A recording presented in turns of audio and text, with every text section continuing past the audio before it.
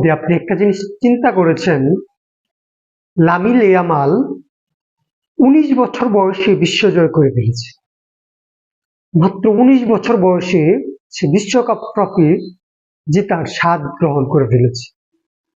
আর আমাদের বাংলাদেশে যদি লামিল ইয়ামাল জন্ম নিত, এখন সে কি করত? এইচএসসি পরীক্ষা দিয়ে ভার্সিটি অ্যাডমিশন নিত। ভার্সিটি অ্যাডমিশনের জন্য দিন রাত অক্লান্ত পরিশ্রম করে পড়াশোনা করত, অথবা তার এই বয়সে ভার্সিটিতে ভর্তি হতো, সেমিস্টারের প্যারা নিয়ে মাথায় ঘুরত, অথবা আমাদের এইচএসসি পরীক্ষার্থীদের মতো রাস্তায় গিয়ে আন্দোলন করত। ভাবা যায়?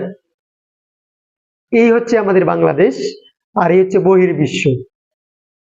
তারা 19 বছর বয়সে বিশ্বকাপ জয় করে ফেলেছে, পুরো বিশ্ব জয় করে ফেলেছে। আর আমরা 19 বছর বয়সে এই পড়াশোনার পিছনে দৌড়াইতেছি, চাকরির পিছনে দৌড়াইতেছি।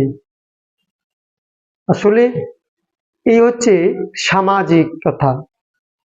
যদি সমাজ ঠিক না থাকে তাহলে কখনোই মানুষ ঠিক হবে না, কখনোই সমাজের মানুষের উন্নতি হবে না। আপনার কি মনে হয়, কি করলে আমরা 19 বছর থেকে 20 বছর বয়সে বিশ্ব জয় করতে পারবো?